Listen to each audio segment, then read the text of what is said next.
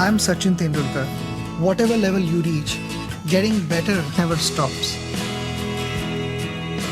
Okay, so outside of actual cricket, you're the most sponsored player in the world and you endorse everything from shoes to toothpaste to credit cards. You're a comic book hero these days as well.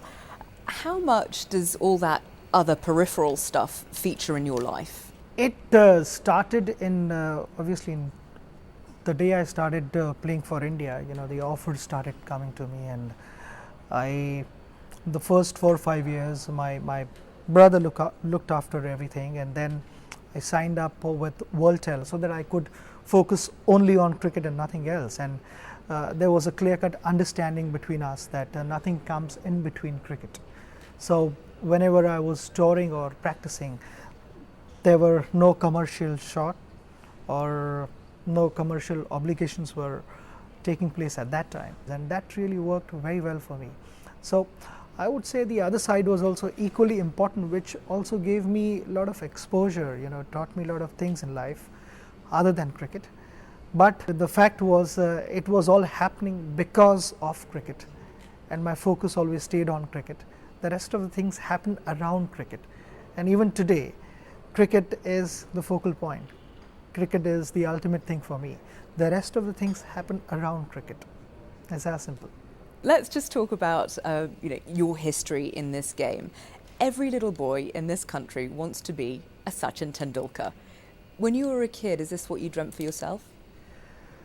I remember when I first held a cricket bat when I was probably 4 or 5, and the love for cricket only grew bigger and bigger after that, and it hasn't stopped. Every outing is a special one, and growing up as a kid, I always dreamt of playing for India, and I still remember when I started playing club cricket, I was only 11. So I used to keep asking my brother Ajit, who guided me all the way through, and even today helps out in whatever problems that I have in my batting and outside cricket as well. So I kept asking him, so when am I going to play for India? And I was pretty sure, very confident that one day I will. But that wait was, I was getting impatient. I wanted to, get in the team as early as possible and start playing for India, because I grew up watching all my heroes, and I wanted to be doing all those things which I saw as a kid. I remember my first experience at Wankhede Stadium, when I was there as a ball boy. Just next to the dressing room, I was specifically appointed that position so that I could, see all the players walking in and out, and from close distance, and see how the atmosphere is at an international game. And that was an amazing experience, because I got a chance to meet all the Indian cricketers there in the dressing room, and special meeting with Sunil Gavaskar at that stage was memorable. Do you still get the same rush now when you walk out onto the ground? Yes, I do. It is a special place.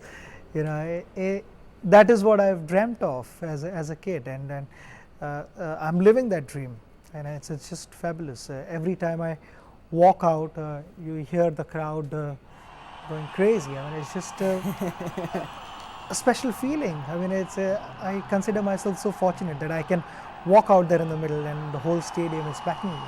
You made your first class debut for Mumbai at the age of 14. How normal a childhood did you have? Do you feel like you missed out on anything, or were you just luckier than the rest? Yes, there were days when I felt like bunking a practice session. I used to be playing with my friends, doing either playing with tennis ball or something, like playing lawn tennis or playing soccer or playing hockey. And those were the times when my brother and my coach didn't let me do all those things. They said, no, you're not spending time here. You're getting in the nets, you're padding up and batting in the nets. You're working on your technique. And that really helped. Eventually, all these things, all those sessions where I wanted to miss, you put them all together, all those hours, and they really matter. All those things, if they hadn't happened, I probably may not be, sitting in front of you. You've played for India since, the the 1980s. You must have seen some huge changes in the game over that period of time. What's different now? Well, the first thing I remember in 1989 when I made my debut was there used to be a rest day in between a test match. And today, if you see, there are just 10 minutes in between 2020 match. So there has been a huge change. I mean, the laws changed. The rules for short pitch bowling changed. The wide balls. Even in one-day cricket, anything going slightly down the leg is a wide ball. All those things have changed. A bouncer being introduced in a one-day match again has changed. So many things have changed since 1989, and I've been part of it. It's wonderful, and that made the game exciting as well. So all those changes eventually were to also generate that excitement amongst the people and also amongst the players. It would seem that you're a bit of a movie buff, but in my research of you, I did hear that you're such a celebrity in this place that the only time that you can go to the cinema is under cover of darkness, and you've got to be in disguise to do it. Not Isn't really. it a hassle being so famous? Right. Earlier we tried doing that. It was just for fun. I mean, I tried a disguise, and it did it work? With specs. I dropped the specs, and one side the glass broke, and only one side the glass was there, and it was funny outing. I enjoyed doing that. It was something different. Did people recognize you? But I don't have to always do all those things. It's pretty normal out. Sometimes things get exaggerated. Did anybody recognize you?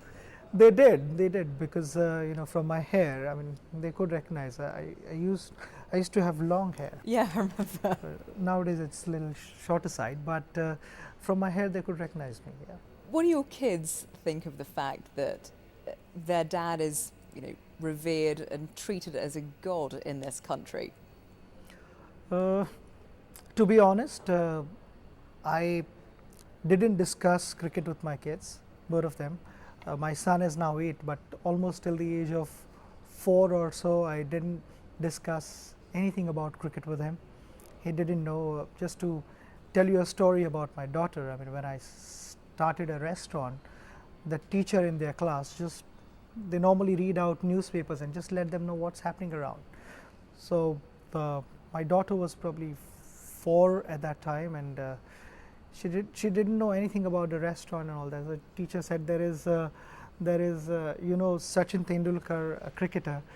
He's just started a restaurant, so would you like to go to that restaurant and all that, all those kind of things. And my daughter raised her arm up and she said, even my father's name is Sachin Tendulkar. So I thought that was cute. And then she didn't know that. I mean, I preferred them to have a normal lifestyle.